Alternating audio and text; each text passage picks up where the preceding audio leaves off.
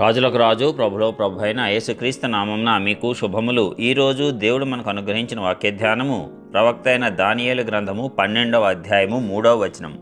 బుద్ధిమంతులైతే ఆకాశ మండలంలోని జ్యోతులను పోలినవారై ప్రకాశించెదరు. నీతి మార్గమును అనుసరించి నడుచుకున్నట్లు ఎవరు అనేకులను త్రిప్పుదురో వారు నక్షత్రం వలె నిరంతరమును ప్రకాశించెదరు. ప్రియులారా, ఈ వాక్య ధ్యానాన్ని మనం గమనించినప్పుడు ఎవరు బుద్ధిమంతులు అంటే దేవుని వాక్యాన్ని అనుసరించి నడుచుకొని వారే బుద్ధిమంతులు.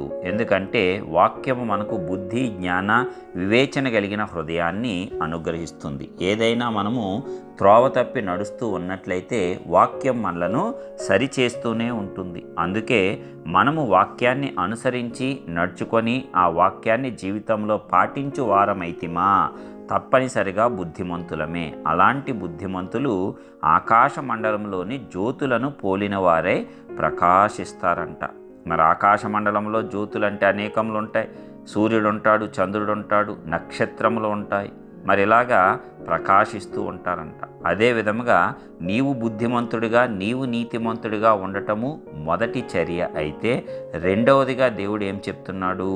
నీతి మార్గమును అనుసరించి నడుచుకొనున్నట్లు ఎవరు అనేకులను త్రిప్పుదురో వారు నక్షత్రము వలె నిరంతరమును ప్రకాశించెదరు. హల్లెలూయా. కాబట్టి నీవు మొదట మార్పు నొందితే నీవు ప్రకాశిస్తావు, నీవు లోకానికి వెలుగై ఉన్నావు అనేటువంటి మాటను నెరవేర్చినటువంటి వాడు అవుతావు వాక్యాన్ని. అట్లాగే నీవు ప్రకాశించిన తరువాత నీవేంటంట? ఇతరులను నీతి మార్గం అనుసరించి నడిచేటట్లు త్రిప్పాలంట. అది నీ బాధ్యత. దేవుడు నీకు అప్పగించిన పని.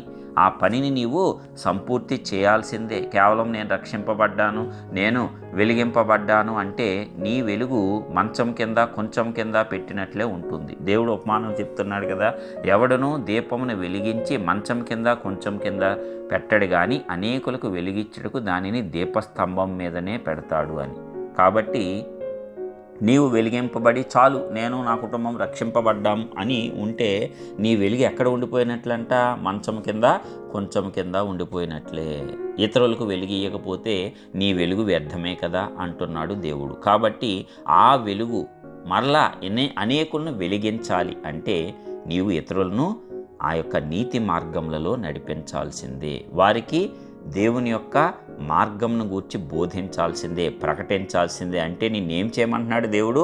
సువార్త ప్రకటించమంటున్నాడు. సర్వలోకమునకు వెళ్ళి సర్వ సృష్టికి సువార్తను ప్రకటించుడి యేసయ్య చివరిగా ఇచ్చినటువంటి ఆజ్ఞ. మరి దాని అందరినీ కూడా చేయమనే చెప్తున్నాడు. అందరము పాటించవలసిందే. అలాగ గనక నీవు అనేకులను ఆయన నీతి మార్గము తట్టు నడిపించినట్లయితే నిరంతరము ప్రకాశిస్తూనే ఉంటామంట నక్షత్రం వలె. చూడండి, ఇప్పటికీ మనము పాతకాలపు దైవజనులు, కొన్ని వందల సంవత్సరాల నుంచి బోధించిన దైవజనులు, అనేకులను నీతి మార్గంలో నిలిపినటువంటి వారిని గురించి ఇప్పటికీ మనము ఉదాహరణలు చెప్తూనే ఉన్నాం కదా.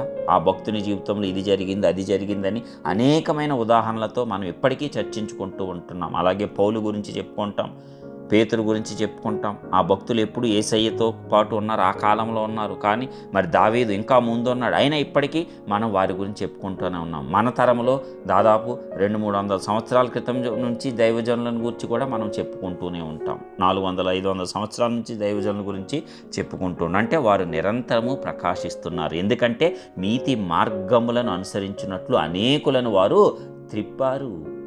మనము అలాగే చేసినట్లయితే మన పేరు కూడా నీవు ఉన్నా లేకపోయినా నిరంతరము ప్రకాశిస్తూనే ఉంటుంది భూమి మీద. పరలోకంలో గొప్ప బహుమానం దేవుడు ఇస్తాడు. మరి దీన్ని మనమందరము చేపట్టడానికి పట్టుదల కలిగి ఆయన యొక్క రాజ్యాన్ని స్థాపించుటలో మనమందరము ధైర్యంగా, ఉత్సాహంగా, పట్టుదలగా, నిబ్బరంగా ముందుకు కొనసాగుదాం. దేవుని కృప మనకు తోడుగా ఉండును గాక. ప్రార్థిద్దాం. మహోన్నతుడైన దేవా, నీకే వందనాలు. ఇదిగో మరొక నూతన దినంతో పాటు నూతన వాక్యాన్ని ఇచ్చావు. మరొకసారి మమ్మల్ని ఉజ్జీవింపజేసావు వాక్యం ద్వారా. మా బాధ్యత, మా కర్తవ్యంను మాకు జ్ఞాపకం చేసినందుకు వందనాలు. అవును తండ్రి, మొదట మేము ప్రకాశించాలి, తర్వాత అనేకులకు ఆ ప్రకాశము వెలుగుమయంగా ఉండి నిరంతరము మేము ప్రకాశించాలి. అట్టి ఆజ్ఞను, అట్టి బాధ్యతను మీరు మాకు అనుగ్రహించారు. నీవు మాకు అప్పగించిన దానిని అద్భుత రీతిగా మేము చేపట్టి దాన్ని ముగించగలగటానికి కృప చూపించి, శక్తి, సామర్థ్యము, బలము, ధైర్యము సమస్తము నీ ఆత్మతో మాకు అనుగ్రహించి నడిపించి నీ నామాన్ని మా ద్వారా ఘనపరచుకోవాల్సిందిగా యేసు పరిశుద్ధ నామమున ప్రార్థించి నిశ్చయముగా పొందుచున్నాం పరలోకపు తండ్రి. ఆమేన్.